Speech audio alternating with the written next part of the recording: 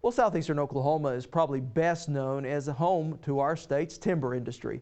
But what's underground also energizes our economy. Brian Bindley takes an in-depth look at Oklahoma's coal mining industry. It may not be glamorous, but coal mining is big money for many small communities in southeastern Oklahoma. Very important. Most of our employees live in Spiro or Poto. Bobby Meadows is the superintendent of the South Central Coal Company in Spiro, Oklahoma, and says workers travel 5,000 feet underground and mine over 32,000 tons of this dark, concentrated fuel source each month.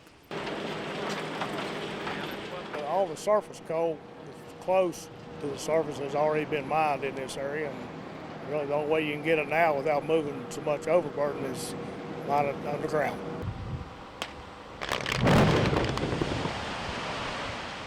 But not so in nearby Stigler, where mining is done above ground in strip mines. We run 24/7.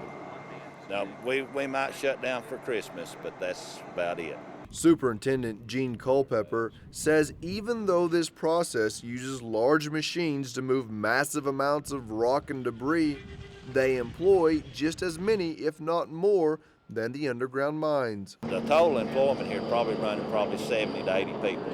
The coal produced in both mines is sold to the local AES power plant and is used to generate power for much of southeastern Oklahoma. It's Oklahoma. Everything you got here is Oklahoma.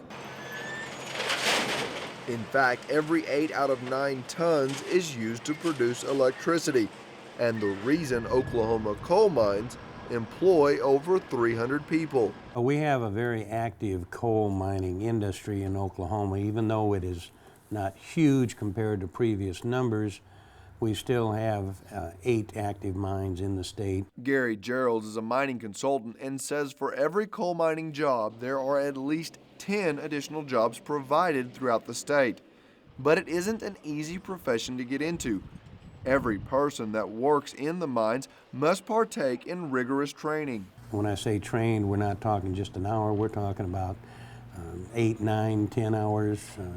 The underground mines, we actually need a 40-hour training class before they're allowed to go to work the first day. Training that's led to fewer accidents.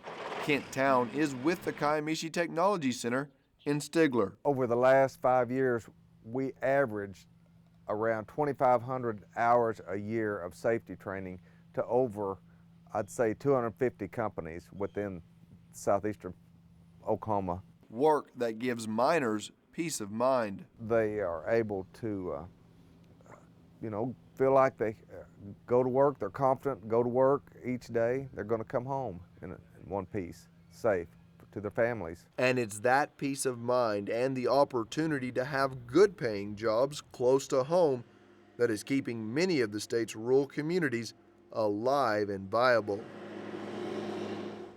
Now some believe the U.S.'s large coal reserves could help alleviate our dependence on foreign oil. In World War II, the Germans used coal-based fuel to power their vehicles.